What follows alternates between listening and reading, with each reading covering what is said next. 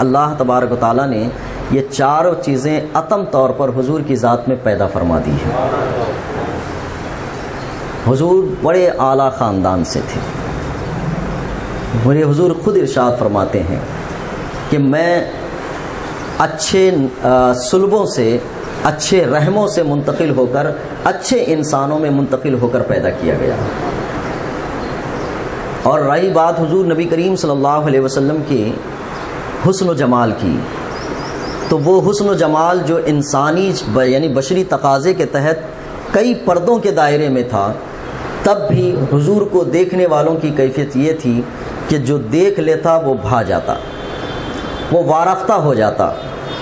میرے امام نے اس کی کیفیت کو یوں ظاہر کیا تھا کہ جن لوگوں نے دیکھا وہ تو دیکھ کر حضور پر وارفتگی کر لیے، اور جن لوگوں نے نہیں دیکھا وہ بھی آج اپنی جان نچھاور کرنے کے لیے تیار رہتے ہیں۔ حسن یوسف پہ کٹی مصر میں انگشت زنا، سر کٹاتے ہیں تیرے نام پہ مردان عرب، صرف نام پہ کٹاتے ہیں، دیکھا بھی نہیں ہے ابھی۔ حضور نے یہ ایک قسم کی فضیلت خود اپنی زبان مبارک سے بیان فرمائی۔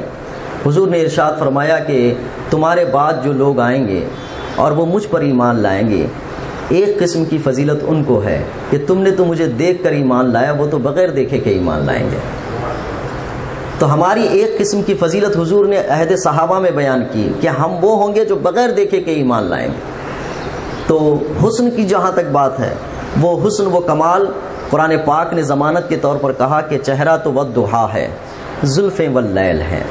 یہ چلتے ہیں جس مقام سے تو اللہ اس جگہ کی قسم ارشاد فرماتا ہے، لا اقسم بہذا البلد وانت حل بہذا البلد۔ کہا کہ نبی کریم صلی اللہ علیہ وسلم کی رفتار اور نبی کریم صلی اللہ علیہ وسلم کے چلنے کی جگہوں کے متعلق اللہ قسم ارشاد فرماتا ہے۔ حضور کی گفتگو کا تذکرہ کرتا ہے، رب ارشاد فرماتا ہے، وما ينطق عن الهوى ان هو الا وحی یوحی۔ یہ تو بات بھی کرتے ہیں تو کبھی بیہودہ بات نہیں کرتے، اپنی نفس کی جانب سے بھی کوئی بات نہیں کرتے، اپنے خواہشات نفسانی کا بھی دخل نہیں کرتے، بلکہ جو کہتے ہیں رب کا کلام کہا کرتے ہیں۔ تو ہر زاویے سے اللہ تبارک و تعالیٰ نے پیدا فرمایا، خوبصورت پیدا فرمایا۔ بات ہے دولت و ثروت کی، میرے حضور ارشاد فرماتے ہیں کہ اللہ تبارک و تعالیٰ نے مجھے دو چیزوں میں سے ایک چیز کا اختیار دیا۔ ایک ارشاد فرمایا کہ اے نبی، یا تو دنیا کی ساری دولت تمہارے لیے ہو جائے، دولت اور اختیار دیا جائے، یا تمہیں اپنی امت کی بخشش کے لیے اختیار دیا جائے۔ نبی کریم صلی اللہ علیہ وسلم نے دنیا کی دولت کے مقابل میں نبی اپنی امت کی بخشش کا حصہ منتخب فرمایا۔ کہا کہ پھر بھی یہ جو دنیا میں دیے جانے، ورنہ دیے جانے کی کیفیت تو یہ ہے کہ حضور کو ما کان و ما یکون کی کنجیاں عطا فرمائی گئی، ما کان و ما یکون کی کنجیاں عطا فرمائی گئی۔ زمین و آسمان کے غیب کی جو جتنی چیزیں ہیں وہ سب اللہ تبارک و تعالیٰ نے حضور کو عطا فرما دی۔ یہ فضل و کمال ہے کہ اللہ نے عطا فرمائے۔ اب یہ میرا دعویٰ بلا دعوی محض نہیں ہے، میرے امام اہل سنت اعلیٰ حضرت نے اس کو بڑی جامعت کے ساتھ دلیل کے طور پر بھی بیان فرمایا۔ کہا کہ قرآن پاک میں دو آیتیں ہیں، وَعِندَهُ مَفَاتِيحُ الْغَيْبِ لَا يَعْلَمُهَا إِلَّا هُوَ، وَعِندَهُ مَفَاتِيحُ الْغَيْبِ، کہ اللہ ہی کے پاس ہے غیب کی کنجیاں۔ مفاتی کا معنی آتا ہے کنجیاں۔ وَعِندَهُ مَفَاتِيحُ الْغَيْبِ لَا يَعْلَمُهَا إِلَّا هُوَ، کہ اللہ ہی کے پاس زمین کی کنجیاں ہیں، اس کے علاوہ کسی کے پاس نہیں۔ اور دوسرے مقام پر اللہ نے ارشاد فرمایا، لہو مقالید السماوات والارض، اللہ ہی کے پاس زمین و آسمان کی کنجیاں ہیں۔ مقالید کے معنی بھی کنجیاں آتی ہیں، مفاتیح کے معنی بھی کنجیاں، مقالید کے معنی بھی کنجیاں۔ ایک آیت میں رب ارشاد فرماتا ہے کہ چھپی ہوئی ساری چیزوں کی کنجیاں اللہ کے پاس ہیں، اور ایک مقام پر اللہ ارشاد فرماتا ہے زمین و آسمان کی کنجیاں اللہ کے پاس ہیں۔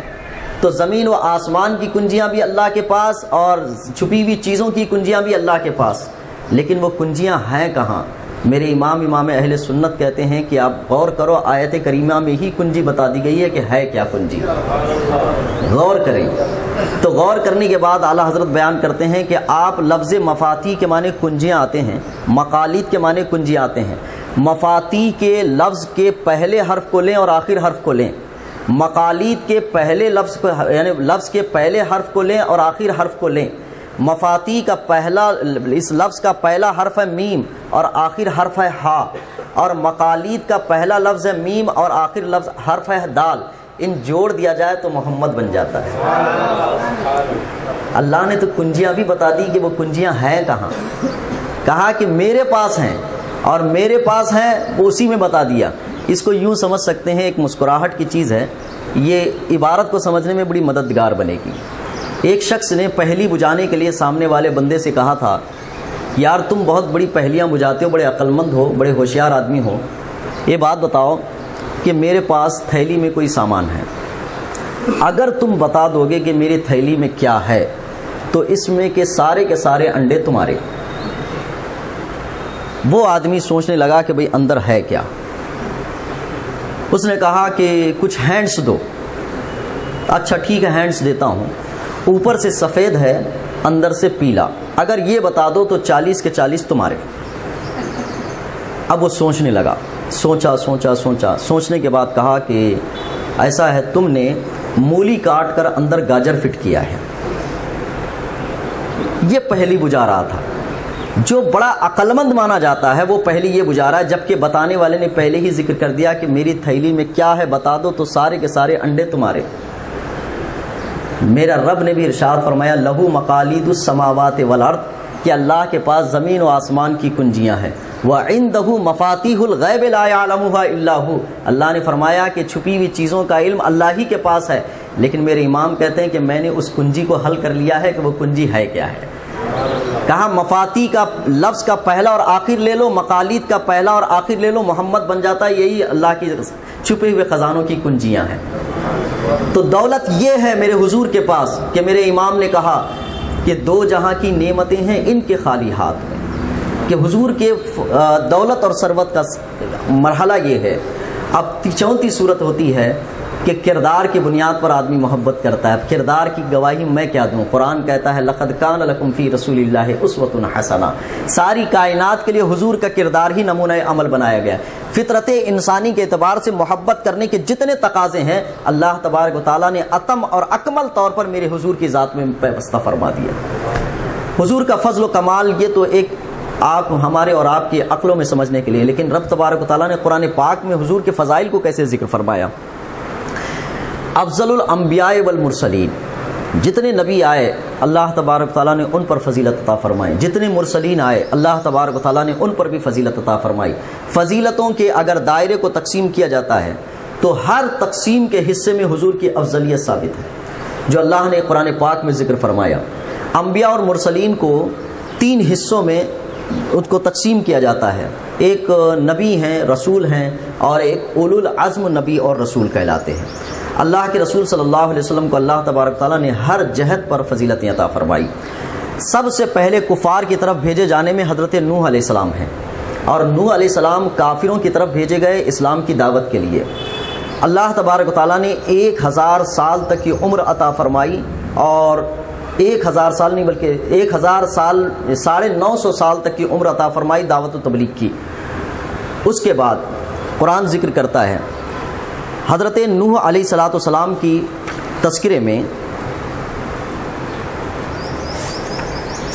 حضرت نوح علیہ السلام نے جب 950 سال تک دعوت و تبلیغ فرمائی تو دعوت و تبلیغ کے بعد ایمان لانے والے چند لوگ تھے, اور چند لوگ ہی ایمان لے آئے. اس کے بعد حضرت نوح علیہ السلام نے اللہ کی بارگاہ میں دعا کی کہ مولا یہ سننے والی قوم نہیں ہے, یہ مانے گی نہیں.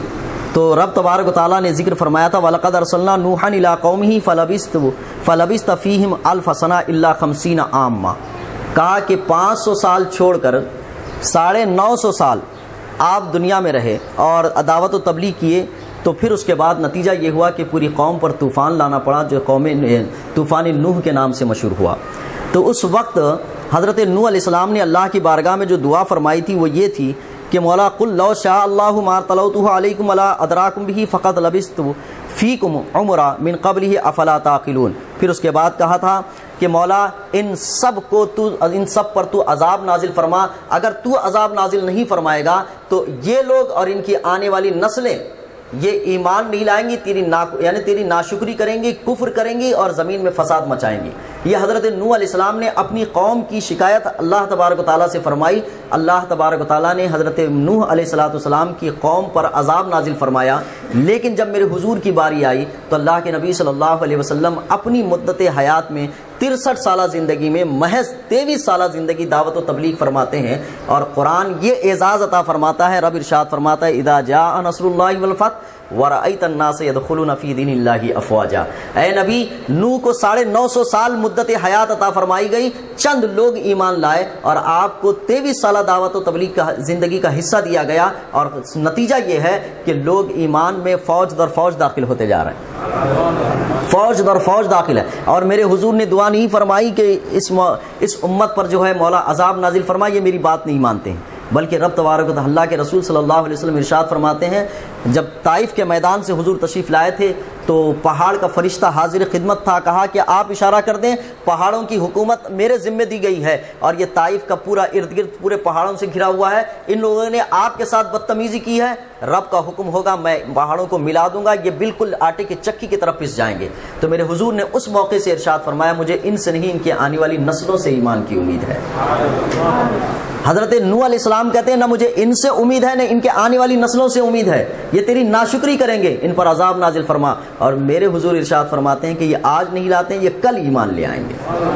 اور افواجا، اور وہاں چند لوگ ایمان لاتے ہیں، اور یہاں ہے افواجا، فوج در فوج ایمان لے آتے ہیں۔ نبی کریم صلی اللہ علیہ وسلم کی فضیلت ہر جہت سے فضیلت ہے، امت پر فضیلت دی گئی۔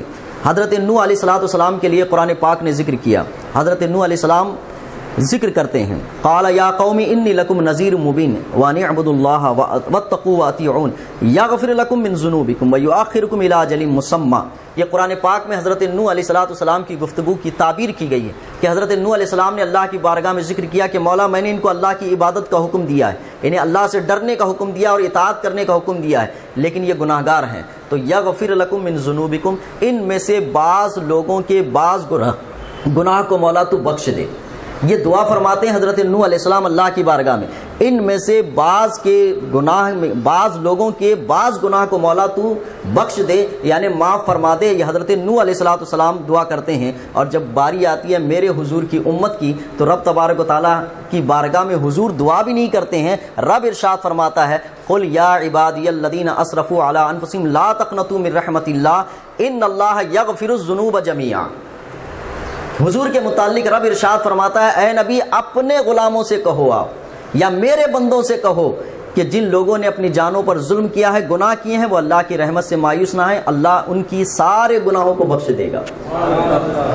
حضرت نوح علیہ السلام اپنی قوم کے بعض لوگوں کے بعض گناہ کی بخشش کی دعا کروا رہے ہیں، اور مولا تبارک و تعالیٰ رب کی حضور یعنی حضور کی امت کے متعلق ارشاد فرماتا ہے کہ اللہ کی رحمت سے مایوس ہونے کے لیے نہ کہیں، اللہ ان کے سارے گناہوں کو بخش دے گا۔ یہ فضل ہے۔ قرآن پاک میں حضرت نوح علیہ السلام کے مقابل میں اللہ تبارک و تعالیٰ نبی کریم صلی اللہ علیہ وسلم کو فضیلت عطا فرمائی، اور اس طرح سے انبیاء کرام کی ایک لمبی فہرست کا تذکرہ ہے۔ حضرت موسیٰ علیہ السلام نے شادی فرمائی، نکاح فرمایا، قرآن پاک نے اس کا ذکر کیا ہے۔ مہر کے طور پر قریب 10 سال تک باغ بغیچے کی مالی کرنی پڑی، کہ بغیچے کی مالیت یعنی اس کی دیکھ بھال کرنا تھا، یہ مہر تھا، تب جا کر ایک لڑکی سے نکاح ہونا ہے۔ اور ادھر صورتحال یہ ہے میرے حضور کی بارگاہ میں کہ اللہ ارشاد فرماتا ہے، اے نبی جو آپ کے لیے بہتر ہو اس کو اپنے حرم میں رکھ لیں، اور جو بہتر نہ ہے اس کو طلاق دیا کریں، جو بہتر نہ ہو طلاق دیں۔ حضرت عائشہ صدیقہ رضی اللہ تعالیٰ عنہ عرض کرتی ہیں کہ یا رسول اللہ میں دیکھتی ہوں کہ آپ کا رب آپ کی خواہش پوری کرنے میں بڑی جلدی فرماتا ہے، بڑی جلدی فرماتا ہے۔ تو یہاں نکاح کی تجویز میں یہ حضرت موسیٰ علیہ السلام 10 سال تک مہر کی رقم ادا کرنے کے لیے باغیچے کی مالی فرماتے ہیں، اور اللہ تبارک و تعالیٰ مومنین میں سے مومنات میں سے جن کو بھی چاہے حضور انتخاب فرما دیں وہ حضور کے حرم میں داخل ہو جائیں، ازواج مطہرات میں داخل ہو جائیں، اور جس کو چاہے رکھ لیں، جس کو چاہے چھوڑ دیں، یہ بھی حکم فرما دیا۔ یہ میرے رب کی بارگاہ میں حضور کا مقام اور رتبہ ہے۔ اور اسی طرح سے حضرت موسیٰ علیہ السلام پر فضیلت، حضرت عیسیٰ علیہ السلام پر فضیلت، حضرت ابراہیم علیہ السلام پر فضیلت۔ حضرت موسیٰ علیہ السلام نے رب کی بارگاہ میں عرض کیا تھا، زبان میں لکنت تھی اور زبان سے وہ گویائی کی پوری کیفیت ظاہر نہیں ہو پاتی تھی، تو اللہ کی بارگاہ میں دعا کی تھی کہ رب اشرح لی صدری ویسر لی امری واحلل عقدۃ من لسانی یفقہوا قولی، کہا کہ مولا میرے یعنی صدر کو، میرے سینے کو کھول دے اور میرے لیے معاملہ آسان فرما، اور میری زبان میں جو گانٹھ پڑی ہے اس کا عقدہ کھول دے، وَيَفْقَهُ قَوْلِي، اور میری گفتگو کو لوگ سمجھ سکیں۔ یہ دعا حضرت موسیٰ علیہ السلام رب کی بارگاہ میں عرض کیا کرتے تھے، لیکن میرے حضور کی بارگاہ، میرے جب حضور کی باری آتی ہے تو رب ارشاد فرماتا ہے الم نشرح لک صدرک، اے نبی ہم نے آپ کے سینے کو کیا کھول نہیں دیا ہے، آپ کے سینے کو کھول دیا ہے۔ اور حضور کی گفتگو کیا ہے؟ حضور کی گفتگو کا انداز ہے، حضرت علی رضی اللہ تعالیٰ عنہ عرض کرتے ہیں حضور کی بارگاہ میں کہ یا رسول اللہ آپ ہمارے ہی درمیان میں رہے، ہماری ہی معاشرت میں رہے، ہماری ہی سوسائٹی اور کلچر میں رہے، آپ ہمارے ہی درمیان بڑے اور زندگی گزاری، لیکن گفتگو آپ کرتے ہیں تو آپ کی گفتگو سے مٹھاس نکلتی ہے، اور ہم کرتے ہیں تو وہ بات نہیں ہوتی۔ یہ حضرت علی فرماتے ہیں